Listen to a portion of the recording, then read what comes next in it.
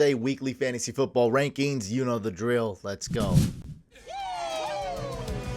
What's up, Couch Fam? Welcome to my Week 7 fantasy football rankings. These are my PPR ranks. We'll also do the bold prediction of the week. Let's jump right into the quarterbacks.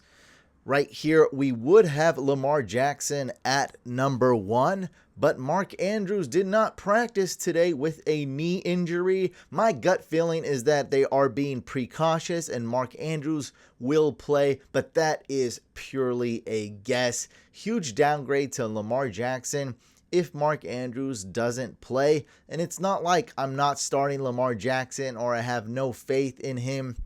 It's just the passing offense takes a huge hit, huge downgrade. Maybe Lamar Jackson runs for 150 rushing yards, and he doesn't need anybody to throw to. During his MVP season, other than Mark Andrews, he didn't really have a lot of options.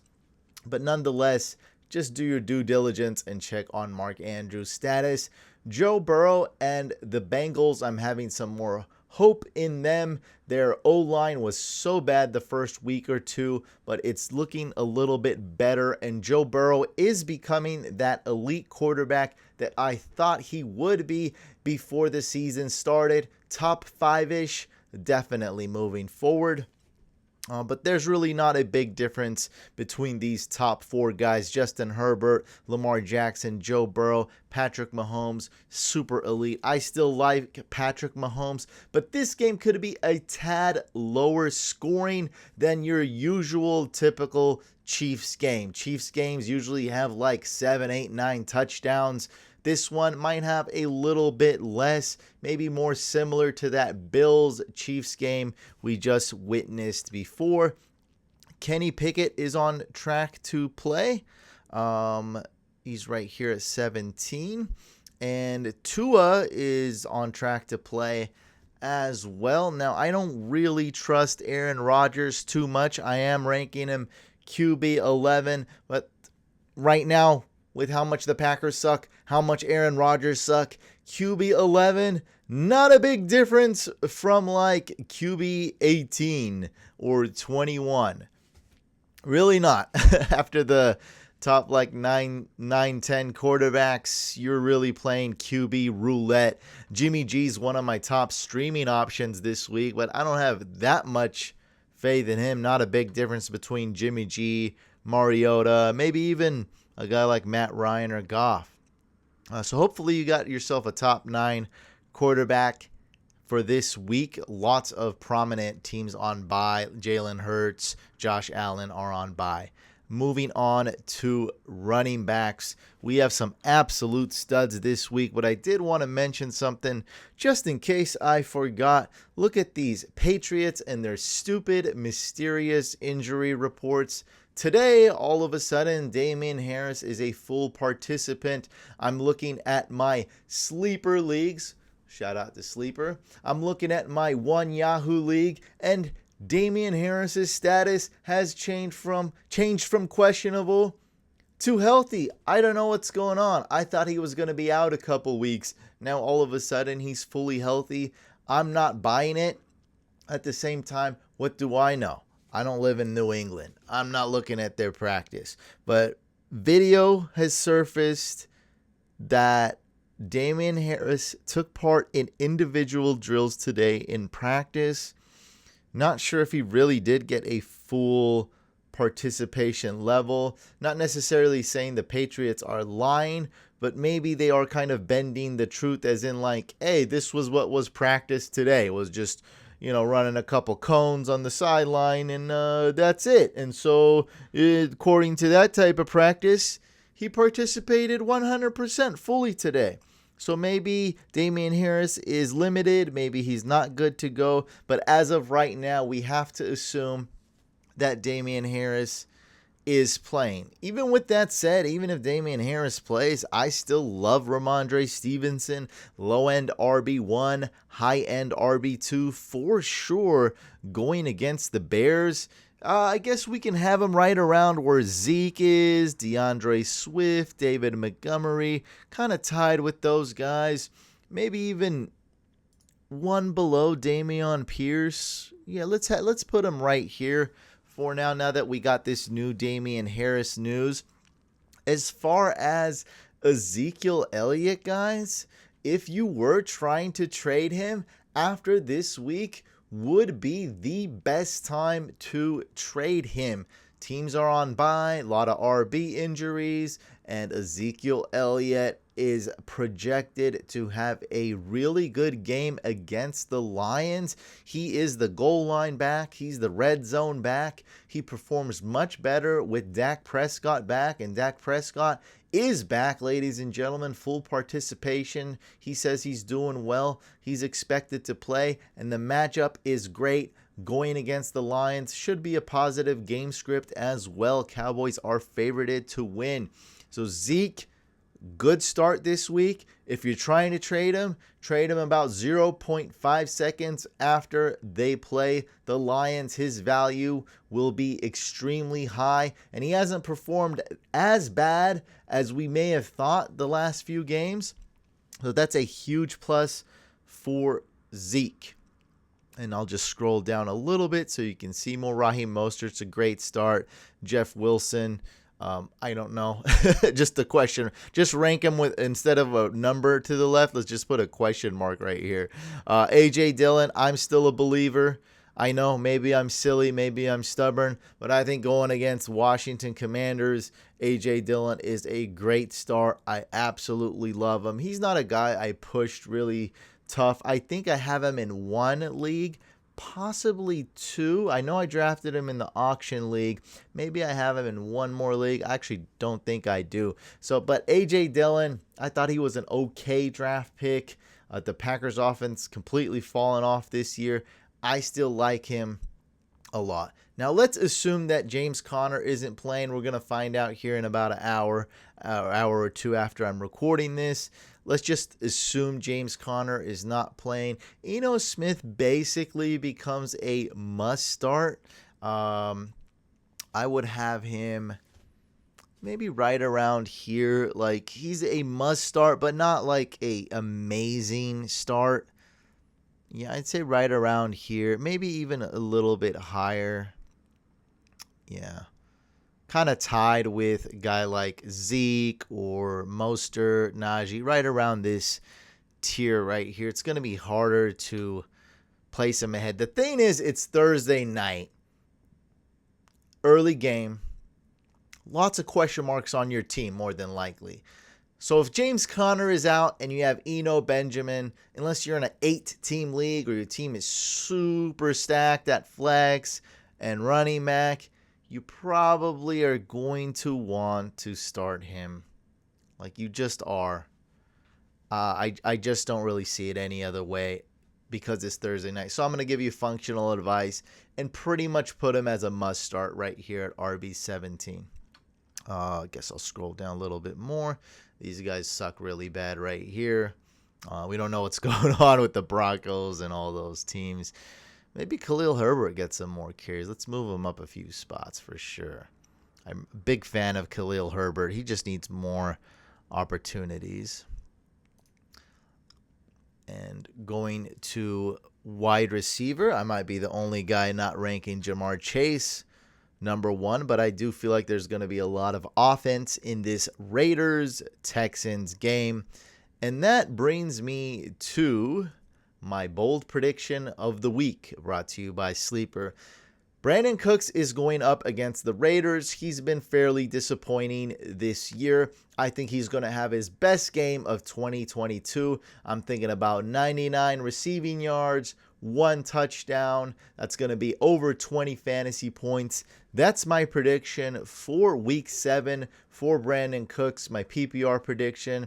I think he's going to be great. He's a must start.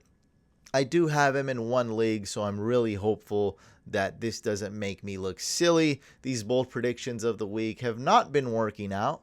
A lot of other things have been working out great. My trade candidates, my buy low, sell high candidates, a lot of other predictions. Looking great, pat myself on the back. Oh, I'm doing so good this year. But these bold predictions on these videos have not been working out. It's like it's been funny. It's been a comedy.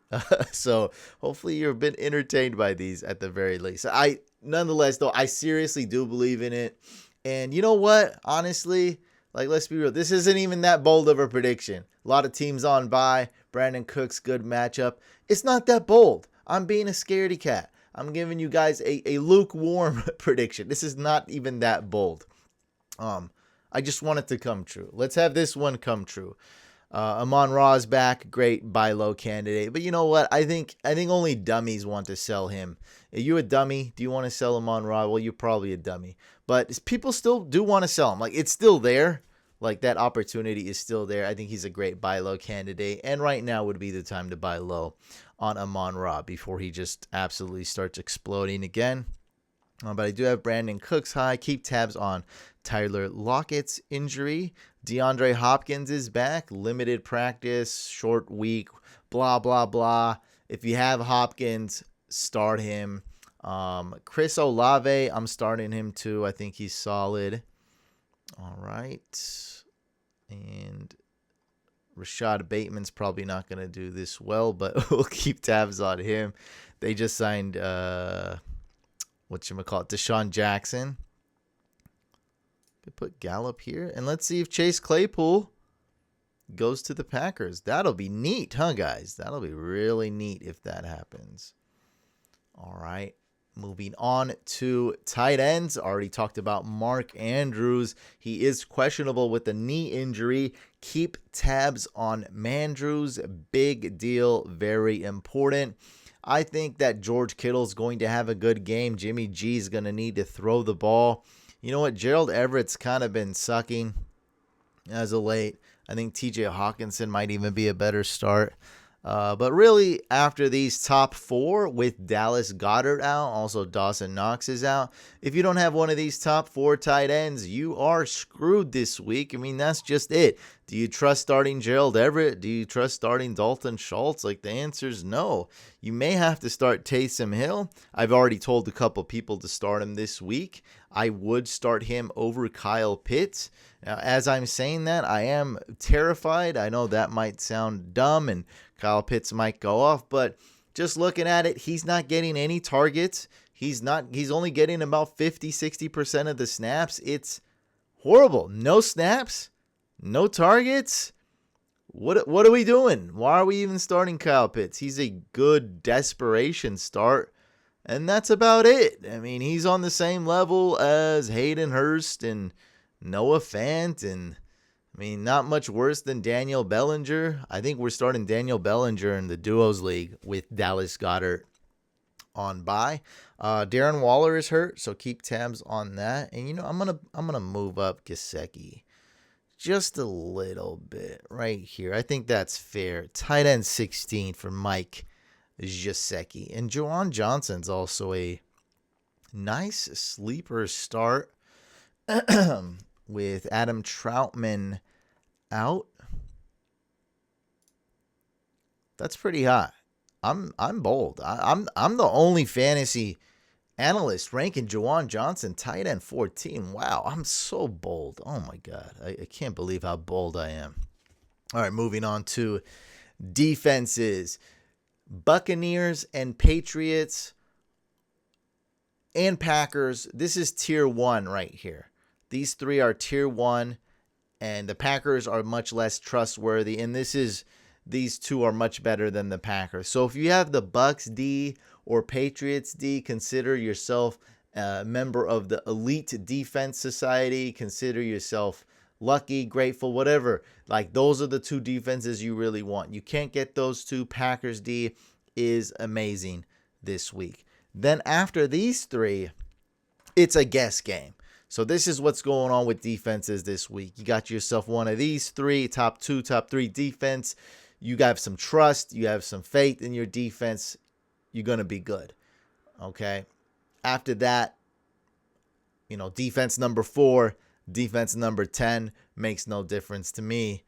Just do the best you can. I got the Jets ranked a few spots higher than the consensus. It is what it is. There's really not a big difference here after these top 3. it's going to be a guessing game. I really like the Dolphins D, though. And these two are close. Now, if you're starting the Jets D, keep tabs on the running back situation. If there's any news with Melvin Gordon, I haven't found any news other than the coach is an idiot. And keep tabs on Russell Wilson's injury. It is a significant injury. It is a real injury, but I think Russell Wilson is going to play. Also, I mean, we also think Russell Wilson's going to suck, right? I mean, that's should be pretty obvious. I had about this much hope that Russell Wilson will turn it around, but this last game we saw, week 6, kind of eliminated all doubt that Russell Wilson is going to be a normal human and stop being such a huge cornball, cringe fest, and a terrible quarterback in the NFL. Moving on to kickers. I don't know why. What happened? Why do we just go on a Russell Wilson rant? I guess it had that one, like, it had to come out eventually, I guess. For kickers. Now, with kickers, unlike defenses at least, we have some really good options, some really trustworthy options here. I think the top 7 is where I'm very comfortable at and very confident in. So that's going to be starting from 7 and moving up. Nick Folk, Brett Maher, the Cowboys kicker, Harrison Butker, always a good start. Evan McPherson at home. Ryan Suckup could be the best kicker this week. Daniel Carlson could be the best kicker this week. And Justin Tucker, the GOAT kicker. So hopefully you got one of these top 7. And you know what? I really do think in vast majority of leagues, almost in every league, you should be able to get one of these 7 guys. Even though they're all somewhat elite, people sleep on kickers. I see Nick Folk was added today in some leagues. Brett Maher was added today in some leagues. Harrison Butker was just added last week. Daniel Carlson coming off a bye. Some people dropped him. And don't worry if you can't get them. I've been picking up Greg Zuerlein in a lot of my leagues. He is not rostered in just about any league. So you can find some other options for sure. So hopefully you're able to get one of these top 7. If not, just get the best kicker available on this list. Jason Sanders is going to have amazing opportunity here, but we don't trust him. So that's why I have him ranked kind of low. Not even that low. Maybe he should be even lower. It's just the trust isn't there. He's not really that great of a kicker. I wish he was better because he should have a really good game this week if he is accurate. All right, guys, that's going to do it for this video. You can get these written rankings on fantasycouch.com/rankings. So you can head on over to the website. Make sure you subscribe. After the Thursday night football game, we head over to the second YouTube channel, Fantasy Couch Podcast. Subscribe to that as well. Set your lineups. Don't start anyone on bye. Don't start any injured players. Don't do anything stupid and go get that win this week. All right, guys. See you on the next one.